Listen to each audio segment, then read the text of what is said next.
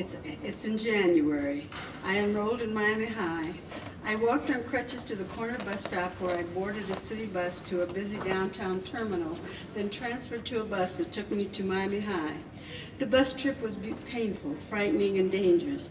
People pushed me and my crutches out of the way, left me standing on one good foot, one hand gripping the hand strap, the other hand holding two crutches and a book bag. Even worse, Miami High's floors and corridors were covered with red concrete tiles. My crutches slipped and tripped over the tile seams as I hurried from class to class. I lived in constant fear that Miami High's tile floors or Miami's crowded buses would refracture my leg. I didn't know anyone at Miami High. I didn't have decent school dresses, and I walked like a cripple, but I had an attitude. I hated the whole world, including Miami High and its entire student body, never forgetting for a moment that I needed a high school diploma to escape my parents' restrictive culture. Fortunately, Miami High's 12th grade classes were the same as Nebraska's 11th grade classes. I graduated fourth in my class doing nothing but attending classes and handing in homework and tests on information I already knew. Locked away in my own miserable world, I didn't know Father was 4 blocks away building a new house for us. George, who was helping Father build the house, showed me the floor plan and said it was located 5 minutes away from Miami High. So what? I didn't care. That new house would be my home for long. Living in the city and building a new house required money. My parents decided my brothers and I needed jobs to buy school clothes and supplies. The Miami Herald offered morning paper routes to George and Michael and a Sunday office job to me. I spent my Sundays cutting out want ads and pasting them on a blank piece of paper for a salesman in advertising. I worked in a large, empty newsroom with 4 other high school girls. We talked, giggled, and chewed gum while our hands worked. At lunchtime, I grabbed my crutches and the 5 of us hurried across the street to a drugstore for hamburgers and milkshakes. We dropped nickels in the jukebox and listened to jitterbug music. We taught ourselves to jitterbug during lunch hour. My girlfriends held me firmly while I danced and twirled without the crutches. We named ourselves the 5 Musketeers. Marcy, one of the girls, became my best friend in Miami. Marcy knew how strict my parents were and invited me to sleep over on Saturday night so we could have some fun. To my surprise, my parents said yes.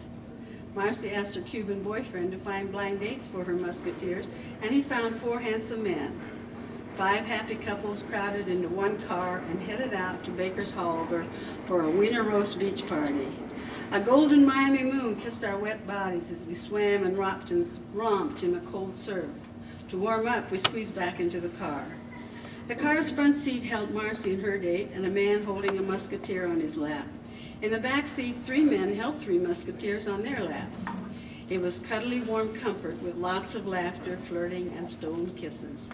Leaving Miami Beach behind, we hit the Latin dance court joints, dancing the rumba, the samba, the foxtrot, and the jitterbug.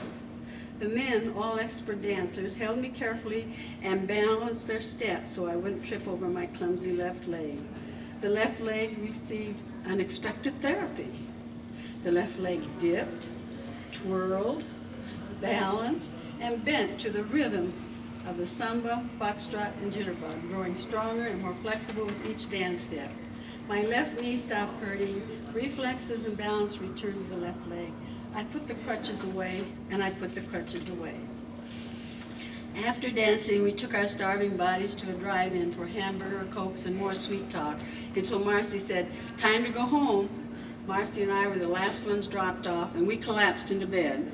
Sunday morning, my girlfriends and I cut and pasted want ads, giggled and talked about the beach party, and planned our next party. May arrived, and school was out for the summer. I kept my Sunday job at the Miami Herald and began searching for a second full-time job during the week.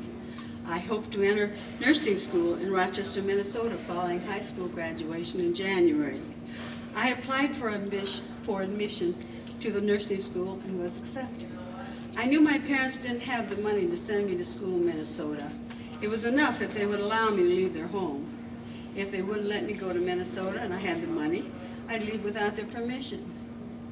I opened a savings account at the Miami Post Office and began saving small sums of my Sunday wages. I figured $500 would see me through 3 years of nurses training. I had to buy my own textbooks, uniforms, and shoes for nursing school, but the school provided free food and lodging. I would place most of the $500 in a Rochester bank and withdraw an allowance of $10 a month for toothpaste, shampoo, and other personal items. With careful planning, my money would last the duration of my nursing education.